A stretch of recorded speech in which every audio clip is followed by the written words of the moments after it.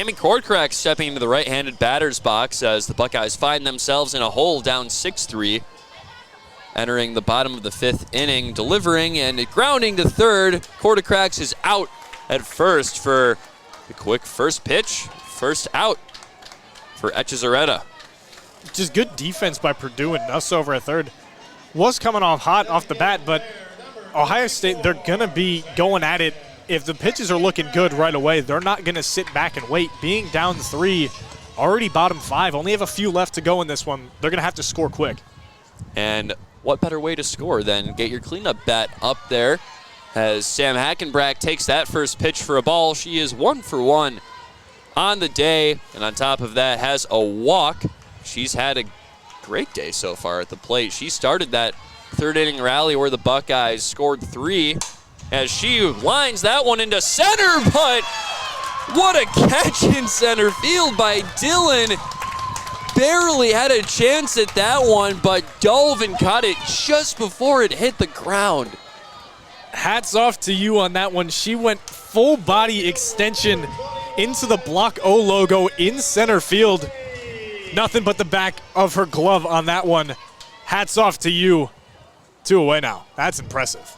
And you could tell, I thought that was a surefire base hit. That one was going to drop, but Herculean effort out in center by Kiara Dillon. That one is fouled back behind the stadium by Meg Oddie, but just, oh my goodness. I can't believe what I just saw. The words are kind of taken right out of my mouth. It looked like it was going to be a hard hit single, and not happening.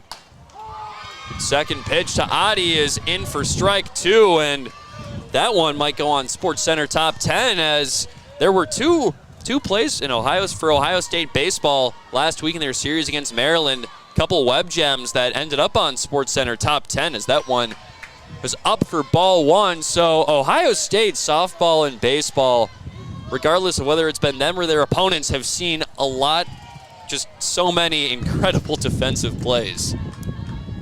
Maybe it's the field, maybe it's Columbus, who knows, but defense has been hot. It's a city of magic sports-wise, I like to say, as it's 2-2 now. That one was outside for ball 2 from Etchezarreta, who's up to 76 pitches. After that 3rd inning, she's done a great job of settling down and pitching to contact pretty well, as there's the payoff. That one fouled back into the left by Oddie out of the stadium. Only 4 base hits for Purdue, but 6 runs. Sometimes the scoreboard kind of doesn't show it all. I mean, you gotta look at how both teams have been working the counts so well in these that you see all 4 hits. Yeah, 6 runs is good, but so many pitches have been thrown in this that it's impressive. And that one fell back to the netting by Oddie.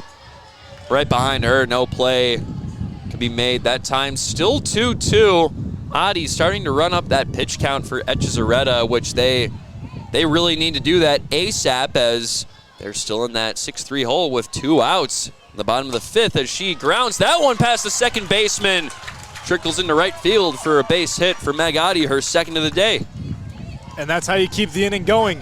You find a hole, you don't necessarily aim for it, but you do switch your swing a little bit to try to get the contact in a certain situation, and that's exactly what you did. You got past the diving Moy and got another person on with 2 outs. That is what Purdue did in their last half inning. They went down quickly the first 2 and still put up 4. So 2 away doesn't necessarily mean everything's over. Oh, exactly. And Buckeyes are going to try to get that Purdue-esque 5th inning, as it would be incredible to see these 2 teams go back-to-back with 4-run half innings after 2 outs. But saying that is asking quite a lot in this situation as Roberti is up to bat. 0-2 down early. 1 on, 2 outs, 2 strikes, no balls. 6-3 Purdue leads. On first is Meg Oddie after that bloop single, trickling through the infield and past the glove of Moy, as there's the delivery up high for ball 1. That was close. Still, the discipline in these situations, discipline early on in the game is obviously good to start warming up for it, but you need it to absolutely be on fire right now in this situation. You're down 3, you got to keep the inning going with a runner on, start locking in. Another high one for Roberti, and it looked like Adi over there at first tried to get a good jump on that stolen base trying to get the stolen base, but didn't get far enough as the catcher, Lanchar, definitely looked to fire to first, but no chance for that. 2-2 offering is outside for ball 3. Great job by J.C. Roberti to fight back into this count. And Hackenbrack was taking a little bit of a bigger lead than we normally see. That McFadden went back to first, and there almost might have been a throwback from Lanchar, but still nothing going. And delivering is Echezarreta. That one is lined into left field and drops foul. Almost had a chance there was George, the left fielder. She was closing in quickly as that one dropped right next to the fence. Hit fairly hard. Definitely was hit hard, but as much as there have actually been a decent amount of foul balls to that left side of the outfield, there isn't as much foul room as you would expect, maybe either on a baseball field or just softball fields in general. They're not as, big dimension-wise, obviously 190 to left and right, so there will be less room for foul ground coverage. And payoff pitch draws a walk there. 3-2 count turns into a big base runner now for the Buckeyes. 2 on with 2 outs. J.C. Roberti, they're starting to manufacture a run of their own as Purdue has a little discussion with their pitcher, the coach in the infield, coming out to talk, and we would report on what their bullpen is looking like, but from our position here under the canopy outdoors, where the bleachers are, we just can't quite see past them and into the bullpen, unfortunately. Yet with how this is looking, they might be looking to change pitchers soon. Yeah, especially getting into this, this half third, this back second or third of the game. Bottom 5, you only have, if Ohio State's obviously still down, you do have the bottom of the 7th to go, and obviously extra innings if need be. But you're not necessarily going to do that, and Ohio State looks like they might be making a change here, see if they can get their offense to switch. And they do, putting in Destiny Nouri. Destiny Nouri, usually the starting first baseman, and for Mackenzie Bump, who was in there today for her.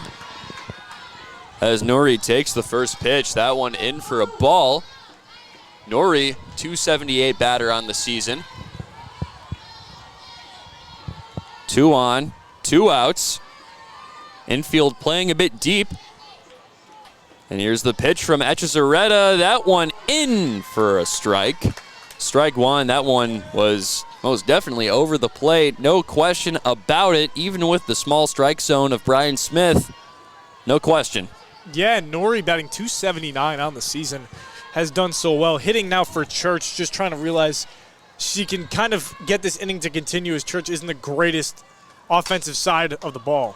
And grounding it to the pitcher, it'll end the inning as Echezarreta makes the play to first as Nouri grounds out to end it.